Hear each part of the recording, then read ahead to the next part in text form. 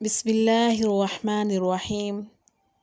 السلام علیکم ورحمۃ اللہ وبرکاتہ۔ اللہ رب العزت نے اپنی مخلوق کی ہدایت کے لیے مختلف اوقات میں مختلف انبیاء اور رسول مبعوث فرمائے اور انہیں خلق خدا کی ہدایت کا فریضہ سونپا۔ آقائے دو جہاں کی تشریف آوری کے بعد نبوت کا دروازہ بند ہو گیا۔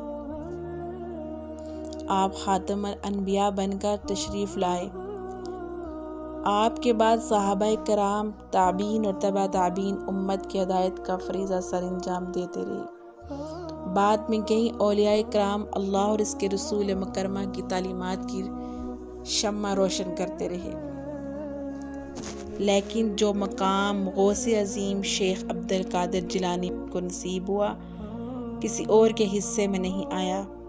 حضرت شیخ عبد القادر جیلانی کی پیدائش یکم رمضان المبارک 470 بمطابق 17 ہجری 1078 ایران کے صوبہ کرمان شاہ کے مغربی شہر گیلان میں ہوئی۔ اسی نسبت سے آپ کو گیلانی بھی کہا جاتا ہے۔ حضرت شیخ عبد القادر جیلانی محبوب کے والد ماجد اپنے وقت کے شیخ کامل تھے۔ آپ کے والد ماجد کا اسم گرامی حضرت سید ابو صالح جنگی دوست تھا، جنہیں جہاد کے ساتھ بے پناہ لگاؤ تھا، اور اب وہ ہم وقت نفسانی خواہشات کے ساتھ حالت جہاد میں رہتے۔ کئی کتب میں درج ہے کہ 1 سال تک آپ نے کھانا پینا بھی ترک کر کے رکھا۔ 1 سال گزر گیا اور دل میں کھانے کی خواہش محسوس ہوئی تو ایک شخص نے عمدہ کھانا آپ کی خدمت میں پیش کیا۔ آپ نے کھانا قبول فرمایا، لیکن ساتھ ہی فقیر اور مسکین میں تقسیم کر دیا اور اپنے نفس کو مخاطب کرتے ہوئے ارشاد فرمایا، ہے نفس، جو کی روٹی اور گرم پانی ہی تیری خوراک ہے۔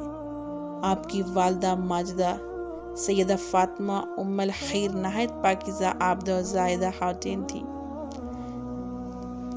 سیدہ فاطمہ ام الخیر کی شادی کا واقعہ مختلف کتب سیرت غوث پاک میں درج ہے کہ ایک روز حضرت ابو صالح موسیٰ جنگی دوست دریا کے کنارے عبادت کر رہے تھے کہ دریا میں بہتا ہوا ایک سیب آیا۔ حضرت ابو صالح جنگی دوست نے وہ سیب دریا سے نکالا اور بسم اللہ پڑھ کر کھا لیا۔ کچھ دیر کے بعد خیال آیا کہ مالک کی اجازت کے بغیر کھا لینا جائز نہ تھا۔ اب پانی کے بہاؤ کی الٹی سمت چل پڑے اور آپ نے باغ کے مالک کا پوچھا۔ باغ کے مالک سید عبداللہ کی خدمت میں حاضر ہوئے اور سارا ماجرا عرض کیا۔ حضرت سید عبداللہ بھی اللہ کے مقبول بارگاہ بندے تھے۔ وہ سمجھ گئے کہ یہ نوجوان اللہ کا خاص بندہ ہے۔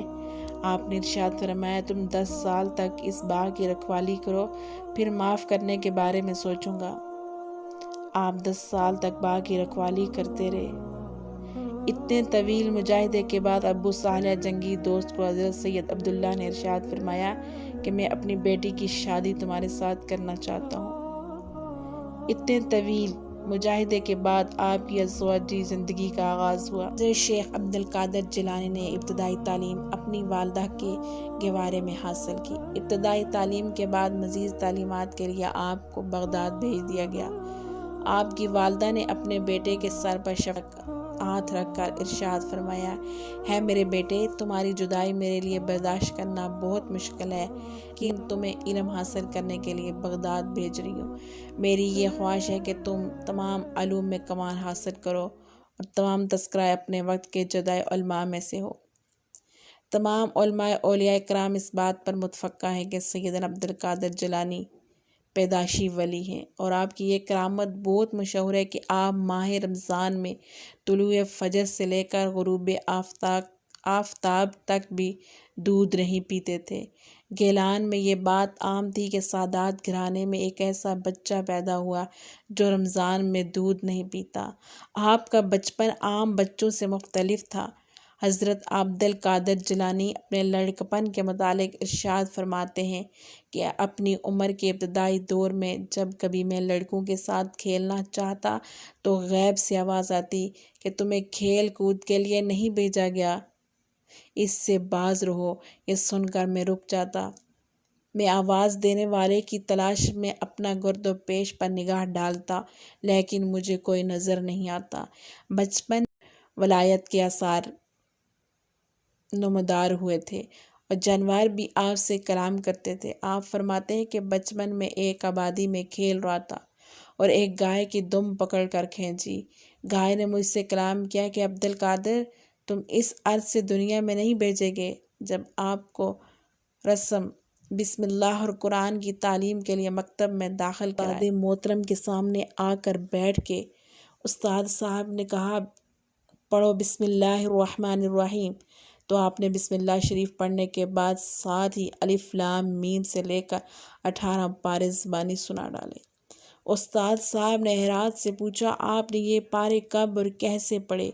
انہوں نے کہا میری والدہ ماجدہ 18 پاروں کی حافظہ تھی جن کا وہ اکثر ورد کیا کرتی تھی، اور جب میں شکم مادر میں تھا تو یہ 18 پارے سنتے سنتے مجھے حفظ ہو گئے۔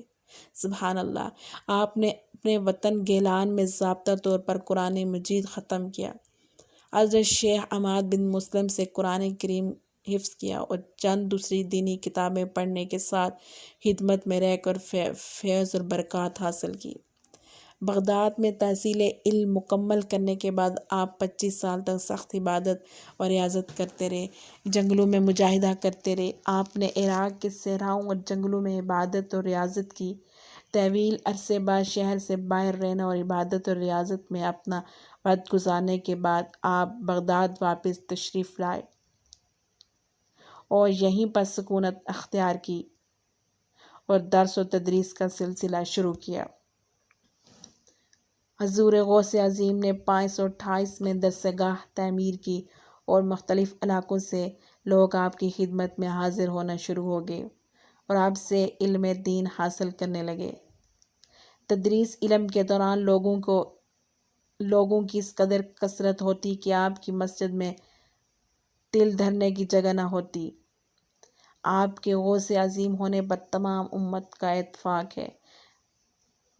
درس و تدریس کے دوران آپ کی مقبولیت کا یہ عالم تھا کہ تمام افراد آپ کے خلقہ محبت کے اسیر تھے۔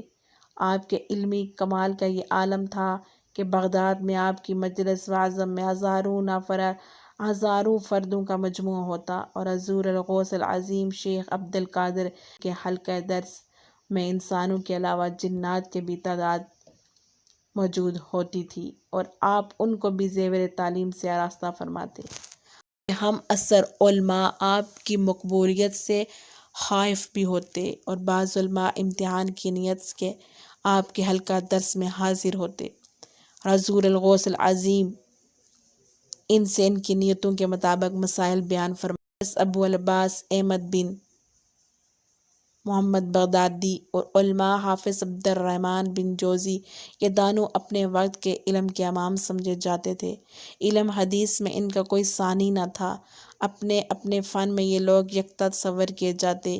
ایک مرتبہ یہ دونوں امتحان کی حیثیت غوث پاک کی محفل میں حاضر ہوئے اور ایک دوسرے کے سامنے بیٹھ کے حضور غوث عظیم نے درس شروع فرمایا اور آپ نے ایک آیت کی تفسیر مختلف طریقوں سے بیان کر دی۔ اہل علم جانتے ہیں کہ قرآن کریم کی مختلف آیات کی تفسیر کئی طریقوں سے بیان کی جاتی ہے۔ اس طریقے کے مطابق حضور غوث العظیم شیخ عبد القادر جیلانی کی ایک آیت کی مختلف طریقوں سے تفسیر بیان فرماتے ہیں، یہاں تک کہ آپ نے 11 طریقوں سے ایک آیت کی مختلف تفسیریں بیان فرما دی۔ ان دونوں علماء نے آپس میں گفتگو کرتے ہوئے کہا یہ تفسیر تمہارے علم میں ہے۔ پھر جب آپ نے 12ویں تفسیر بیان فرمائی تو ان دونوں کے علم میں نہ تھی۔ اس طرح درس دیتے غوث پاک نے اس آیت کی 40 مختلف طریقوں سے تفسیر بیان فرمائی۔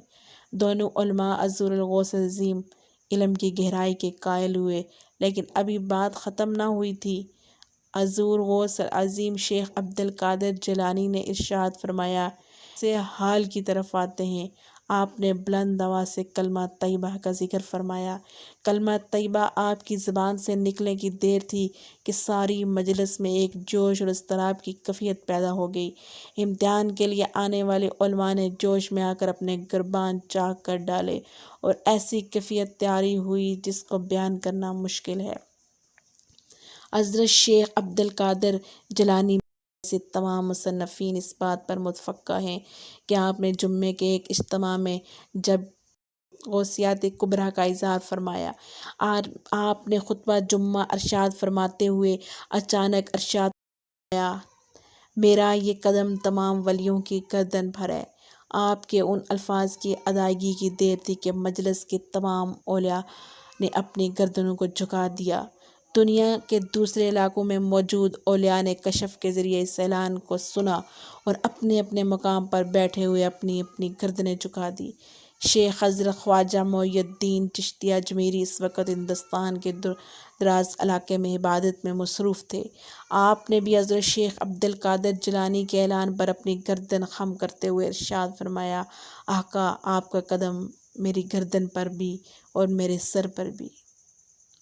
آپ نے دین اسلام کی تبلیغ کی خاطر اپنے شاگرد اور اپنی اولاد کو دنیا کے مختلف حصوں میں روانہ فرمایا۔ آپ کے بھیجے ہوئے افراد آپ کے حکم کے مطابق اپنے اپنے علاقوں میں قیام پذیر ہو گئے اور دین متین کی خدمت سر انجام دینے لگے۔